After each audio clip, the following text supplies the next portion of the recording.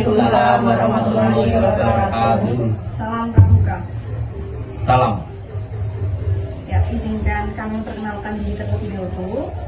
Kami dari anggota Baru Merah. Perkenalkan saya Yuli Andriani. Kemudian ada Zulfa. Kemudian ada Kak Isa. Ada Kak Laili. Kemudian ada Kak Maulidina, Kak Putri sama Kak Aziza.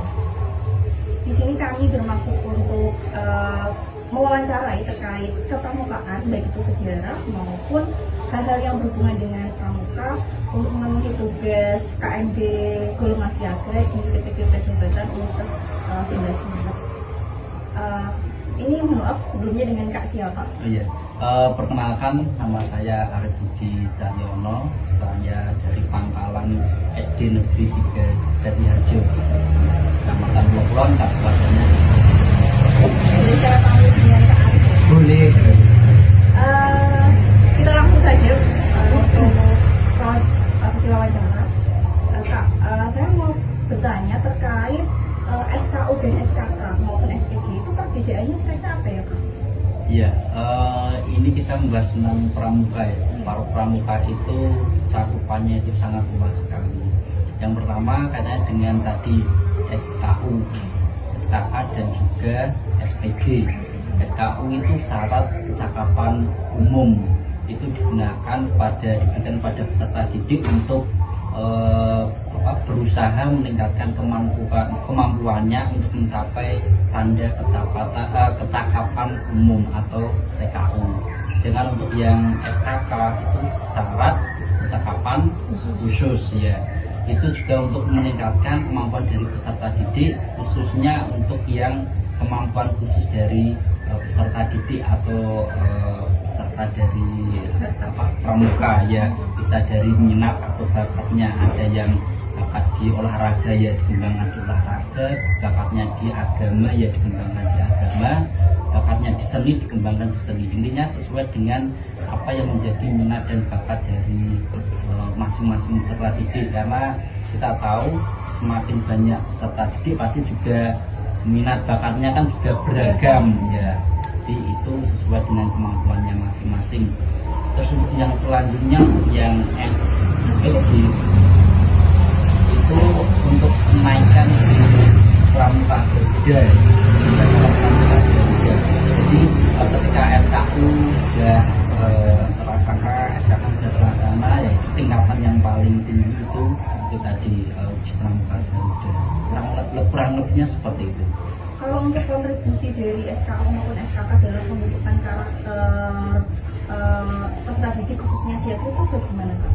Ya, pembentukan karakter kan dimulai dari kegiatan-kegiatan yang dilakukan. Dimulai dari yang pertama yang di SKU, itu kan kegiatannya juga beragam, banyak sekali. Kalau dengan lihat apa itu buku saku yang kecil itu juga isinya pun juga banyak bermacam-macam. Nanti tugasnya dari pembina kan membina, memberikan materi, setelah itu juga menilai nanti sudah sesuai atau belum, sudah cakap atau belum. Nah, dari masing-masing kegiatan itu pastinya masing-masing kegiatan memiliki tujuan tersendiri. Tujuan tersendiri yang itu nanti juga berpengaruh pada bagaimana untuk meningkatkan karakter dari peserta didik tersebut. Jadi dengan berbagai macam kegiatan itu punya tujuan masing-masing untuk meningkatkan karakter dari peserta didik. Kurang lebihnya seperti itu. Jadi pramuka sendiri itu dapat menjadi wadah untuk mengembangkan bakat dan minat masing-masing peserta didik itu ya? Iya, betul.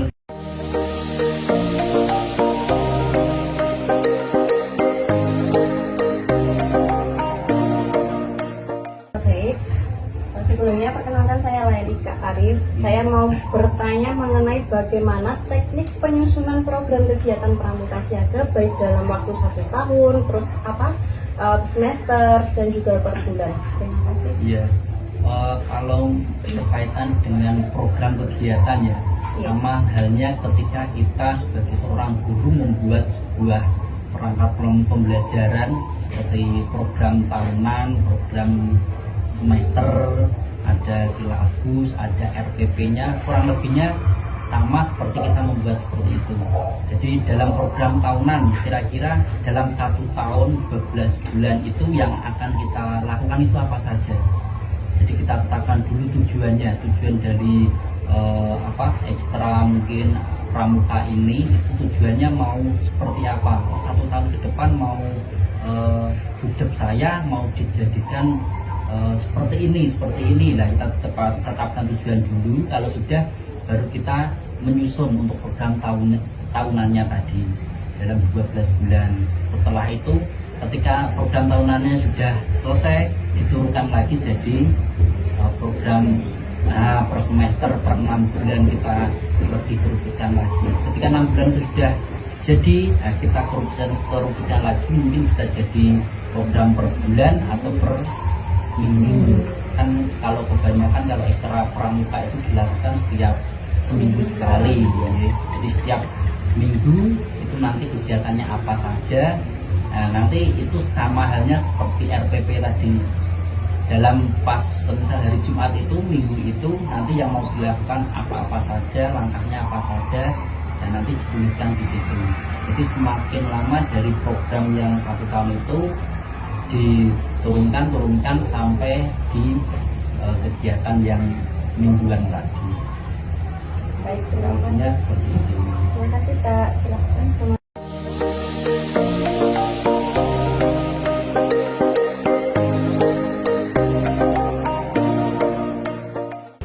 Baik, selanjutnya saya Dimistian Putri, izin bertanya kepada Kak Arif. Di sini saya akan menanyakan terkait postur pembina. Yaitu pertanyaan yang pertama, bagaimana postur pembina yang ideal tersebut? Iya, berbicara tentang postur yang ideal berarti kaitannya kalau menangkap saya ini kan terkait dengan fisiknya ya. Kalau ideal itu ya sama halnya seperti berat badan kita secara ideal ya. Itu kan bisa diukurnya mulai dari ada rumusnya kalau tidak salah itu tinggi badan dikurangi 110 itu nanti akan ketemu berat badan ideal. Ketika nanti berat badannya ideal pasti itu posturnya kurang lebihnya pasti juga ideal. Jadi seimbang antara tinggi dan juga berat badannya. Dikatakan ideal kan seperti itu. Tapi menurut saya itu penting atau tidak? Kira-kira penting atau tidak? Kalau menurut saya itu penting juga. Postur ideal dari seorang pembina itu juga menentukan, tetapi kalau menurut saya juga tidak semuanya posturnya harus ideal kan. Kita kan juga matang-matang kadang secara postur ideal, tapi secara pemikiran tentang pramukaan dia tidak menguasai, yaitu nanti tidak bisa dalam pembinanya juga tidak maksimal. Begitu sebaliknya posturnya sudah ideal tapi pemikirannya kurang atau pemikirannya sudah bagus tentang pramuka tapi posturnya juga tidak kurang ideal, nanti juga ini ada positif dan negatifnya kalau kita lakukan. Yang terpenting kalau bisa memang posturnya ideal, secara kemampuan dia juga menguasai dengan pramukaan, secara karakter dan emosional juga mencerminkan anak-anak pramuka. Mungkin seperti itu. Hambatan apa saja yang terjadi untuk menuju pembina yang ideal? Hambatan kalau menuju pembina yang ideal itu ya kembali lagi biasanya pada diri kita sendiri ya. Kita mau nggak menjadi seorang pembina yang ideal, pembina yang bisa membina anak kita. Ketika memang di dalam diri kita sudah punya niat itu, pastinya nanti juga akan ada usaha. Ketika memang secara kemampuan saya kurang, berarti usahanya nanti belajar, bisa mencari pengalaman atau ilmu, medium juga banyak kan seperti itu. Setelah ada niat, sudah ada usaha, tinggal aksi nyatanya.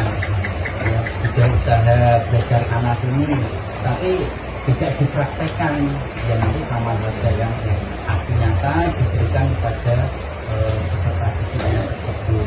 Dan selain itu juga yang paling penting saat ini sudah perlu refleksi atau evaluasi kira-kira yang sudah dilakukan itu sudah baik atau belum, atau ada kurangnya enggak. Nanti bisa dengan kakak-kakak pembina yang lain, bahkan dari anak didik kita itu juga perlu, anak-anak tadi gimana cara ngajar kakak, ada yang kurang atau tidak, kan seperti itu. Oh, kurang menarik pak, kurang menarik kak, atau kurang seru, nah itu nanti jadi evaluasi kita untuk pengembangan seperti itu. Jadi mulai dari niat, usaha, aksi nyata, dan juga refleksi. Kamu saya itu seperti itu. Oh iya. Atas jawabannya sangat bagus sekali.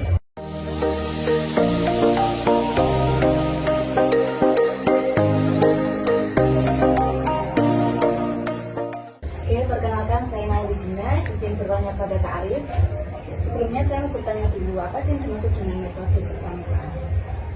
Iya, metode kepramukaan gitu. Metode kan kita mengetahui tentang bagaimana cara ya, atau tata cara. Metode kepramukaan menurut saya itu tata cara dalam kita memberikan pendidikan karakter, pendidikan nilai-nilai kepramukaan kepada peserta didik yang terkait dengan materi-materi kepramukaan secara menyenangkan, secara mengasihkan, intinya yang sesuai dengan kebutuhan dari peserta didik, seperti itu. Untuk pertanyaan selanjutnya, metode apa saja sih yang dapat dilakukan dalam membina pramuka?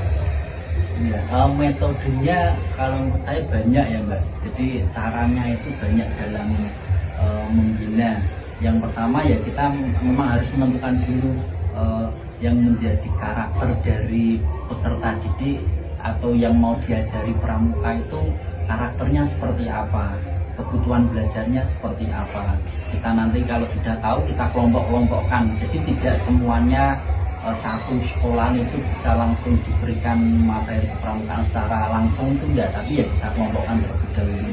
Oh ini lebih suka ke mikirnya, ini lebih suka ke langsung prakteknya, kan seperti itu. Ketika kita sudah tahu, baru kita memberikan pengajaran atau bimbingan kepramukaan sesuai dengan ya tadi apa kebutuhan dari peserta didik, dengan cara ya tadi bisa menggunakan apa kegiatan-kegiatan selama 1 minggu sekali tadi, ekstra pramuka tadi, atau mungkin dalam pemberiannya itu nanti juga bisa diinovasikan lagi, tidak hanya apa secara teori, secara praktek, atau mungkin bisa melalui sebuah permainan-permainan yang menyenangkan, yang itu bisa nanti lebih mudah ditangkap dari peserta didik.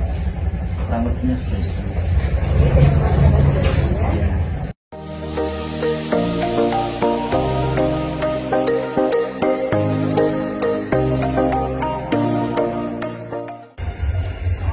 Maaf Kak Arif, izin bertanya. Sebelumnya perkenalkan, nama saya Mbak Aziza. Mengenai materi Bina Siaga ya Pak. Untuk pertanyaannya, apa saja bentuk pesta siaga yang bisa diselenggarakan?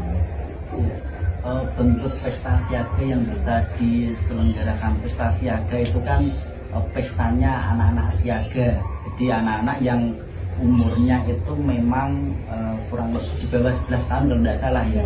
Ya.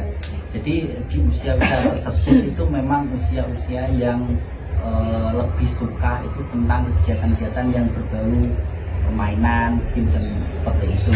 Nah, bentuk-bentuknya pesta siaga itu bisa dengan pentas seni, pentas olahraga bisa, mungkin bisa dengan apa mencari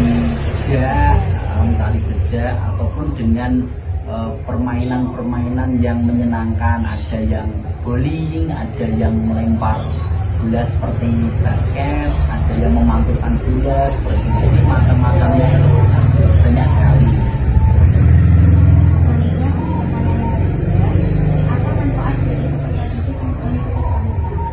Iya, kalau manfaatnya pasti banyak sekali. Yang pertama memang terkait dengan menanamkan karakter kepada peserta didik.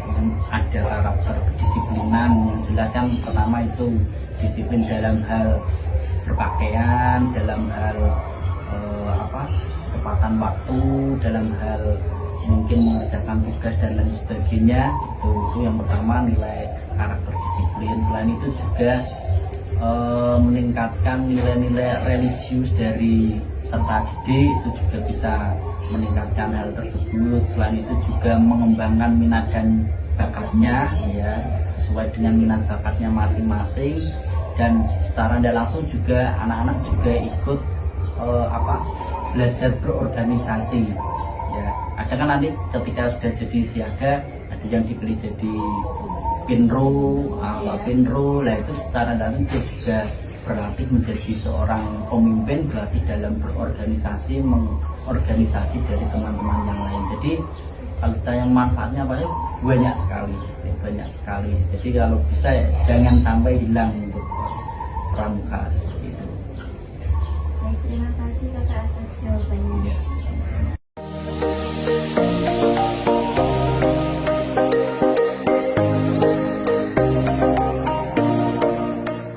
Baik, saya lanjutkan ya Kak. Tadi kita sudah bicara tentang organisasi yang ada di dalam pramuka.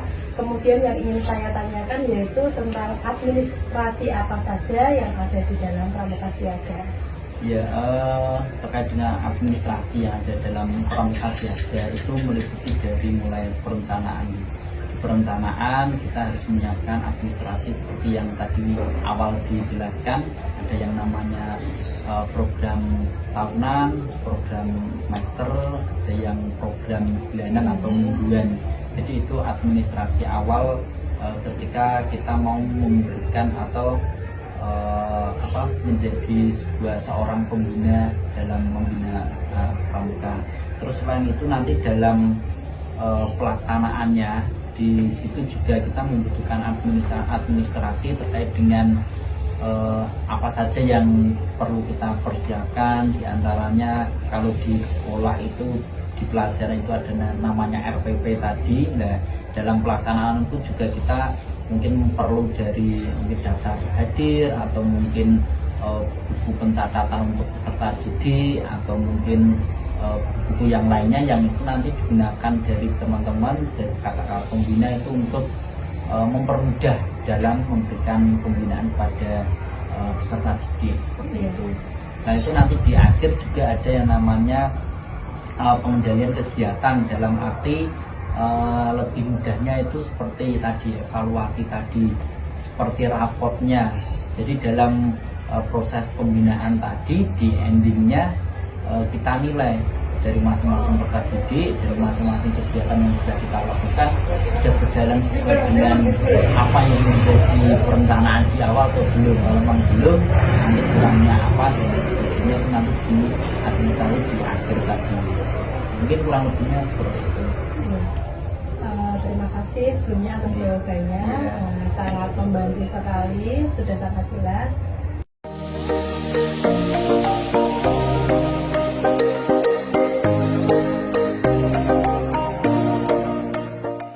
Ya, mohon izin Kak Arif, saya mau bertanya mengenai terkait problematika pengelolaan gudeg dan pembinaan siaga. Pertanyaannya seperti ini, apa saja hambatan yang Kak Arif hadapi ketika mengelola gudeg dan melakukan pembinaan pramuka siaga? Hambatan dalam mengelola gudeg ya? Ya, saya sebagai penanggung jawab dari gudeg itu hambatannya itu sebenarnya juga banyak. Pertama dengan anggota saya sendiri, dari pembina-pembina, dari bapak ibu guru. Ya seperti itu, kadang ada yang semangatnya naik, kadang ada yang down, seperti itu. Terus di sisi lain juga dengan kaitannya dengan kompetensi dari masing-masing. Ada yang memang benar-benar menguasai pramuka, tapi ada yang ya cuma sekedar tahu aja tentang pramuka, itu juga ada yang seperti itu. Terus ada juga terkait dengan kehadiran, tingkat kedisiplinan dalam pada waktu membina, kadang hadir, kadang tidak, banyak izin, seperti itu juga menjadi hambatan-hambatan saya dalam mengelola gudeg untuk memajukan pramukaan di gudeg saya. Tapi dengan hambatan itu juga saya sendiri pun juga sudah menyiapkan untuk solusinya terkait dengan apa tadi yang ketidakhadiran itu memang saya berikan solusi. Memang setiap minggu itu kita jadwal, jadi tidak harus semua pembina atau guru itu hadir, tapi kita jadwal agar ya tiap minggu itu tidak semua guru berangkat, jadi gantian. Misal memang tidak bisa, nanti bisa diganti, tukar jadwal seperti itu. Terus terkait dengan ada yang kurang mampu dalam tidak menguasai tentang pramuka, ya kita saling belajar bersama dengan guru-guru yang lain yang sekiranya memang dianggap lebih mahir dalam pramuka. Jadi seperti itu. Selain itu juga ketika memang ada program pelatihan dari Kuaran atau dari WhatsApp, sebisa mungkin kalau memang kuotanya ada dan juga dananya ada, itu biasanya juga saya kirimkan supaya untuk meningkatkan kompetensinya, seperti itu.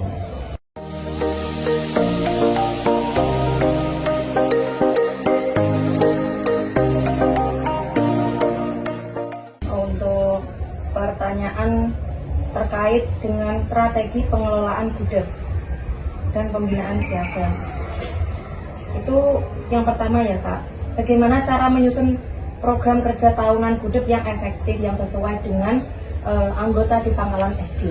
Ya, untuk menyusun program kerja di gudeg itu yang pertama memang kita harus menentukan dulu tujuan dari kegiatan ekstra pramuka atau gudegnya ini nanti tujuannya selama 1 tahun ke depan atau berapa tahun ke depan itu mau seperti apa, atau pengen juara prestasi ada atau juara perkemahan dan sebagainya. Kita tentukan dulu tujuannya.